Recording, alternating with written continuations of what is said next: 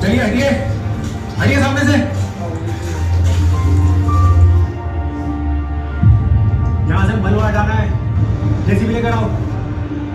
जी sir. चलो operation चालू करो।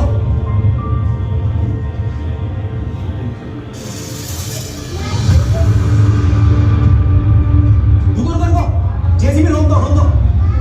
जी सर, यहाँ आओ।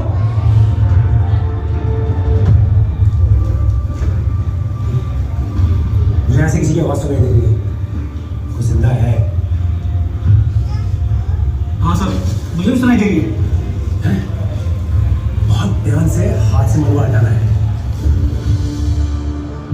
हाँ, यहाँ डिटेक्ट हुआ। टीम वही है, जल्दी आओ। जी सर, यहाँ डिटेक्ट हुआ है, समझे? जी, 4 बंदे बुलाओ और जल्दी से मलबा हटाओ, जल्दी। ठीक है।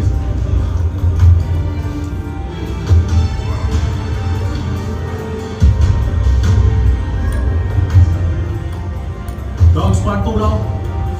लोगों ने बताया यहाँ भी एक फैमिली थी, यहाँ। और ये स्लैब काटने के लिए स्लैब कटर मंगाओ। जी अभी ठीक है सब।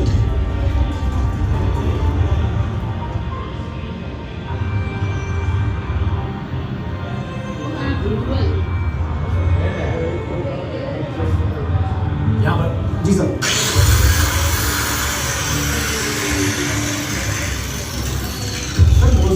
करीबन 10 लोग अभी नहीं दबे हुए हैं।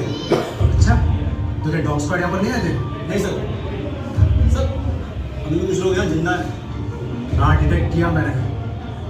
तुम एक काम करो, इसको काटो, फिर उसके बाद ये स्लैब हटाते हैं, ठीक है? जी सर, चलो जल्दी करो। आराम से, आराम से। क्या तुम चल सकते हो? नहीं चल पाएगा। इसको पैर में चोट लगी है। ठीक है सर।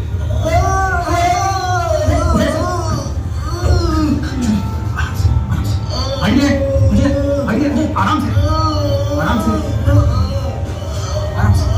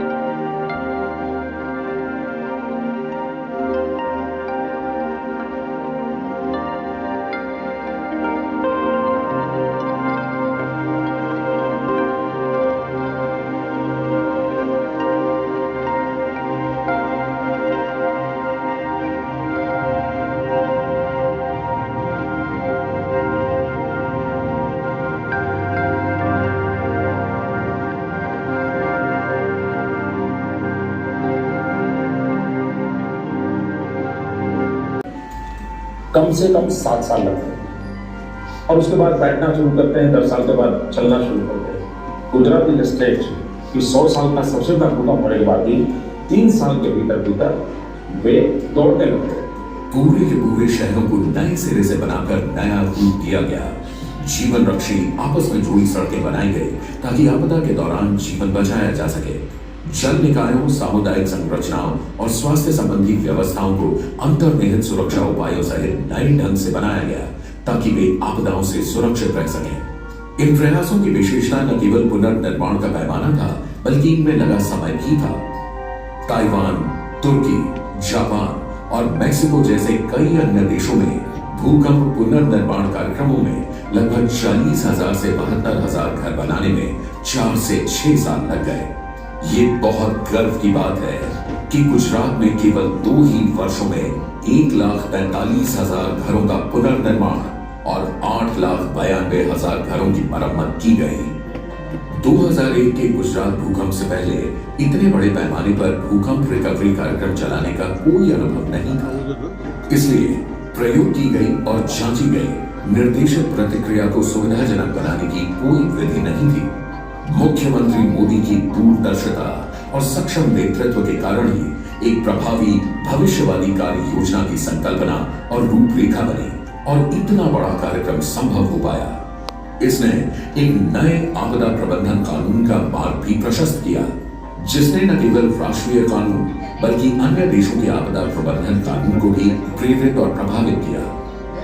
गुजरात दूसरा ऐसा राज्य बना जहां प्रभावी आपदा प्रबंधन और जोखिम कम करने के लिए कानूनी और नियामक ढांचा बना गुजरात राज्य आपदा प्रबंधन प्राधिकरण 2003 के रूप में।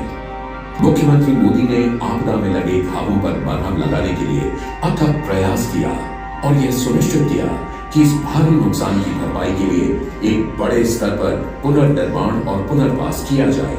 वे व्यक्तिगत रूप से एनजीओ, सामुदायिक सहायता संगठनों, स्थानीय और सरकारी निकायों के साथ साथ कॉर्पोरेट से भी समर्थन हासिल करने के लिए जुट गए। राज्य सरकार ने एक विस्तृत बहुक्षेत्र दृष्टिकोण के साथ परियोजनाओं की नई श्रृंखला लागू की। इनका उद्देश्य था बुनियादी ढांचों का विकास, स्थानीय अर्थव्यवस्था और स्थानीय शिल्प और वस्त्र उद्योग को पुनर्जीवित करना, आजीविका समर्थन, औद्योगिकीकरण और दीर्घकालिक क्षमताओं का निर्माण।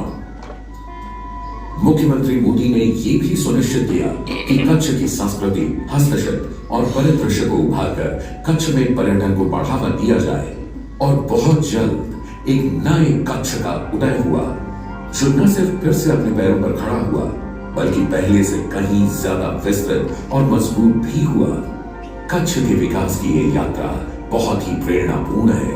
लोगों के अदम्य साहस और उनके नेता के दृढ़ संकल्प ने राज्य को पुनर्जीवित किया। गुजरात विनाश से उभरकर उद्योग, कृषि, पर्यटन, नवीनीकरण और बेहतर शिक्षा का समृद्ध केंद्र बना। जैसे राख के ढेर से अमर पक्षी उठ खड़ा होता है। भूकंप की घटना को बीते 2 दशक से ज्यादा हो चुके हैं। जो नष्ट हो गया था उसे फिर से बनाया गया। कच्छ सिर्फ एक स्थान नहीं है, भूभाग का एक हिस्सा नहीं है। ये कच्छ तो स्पिरिट है, जीती जागती भावना है, जिंदा दिल मनोभाव। आशा ने नया जन्म लिया, सपने फिर से देखे गए, जिंदगी भी आगे बढ़ी और एक बार फिर से हिम्मत और हौसले की जीत हुई।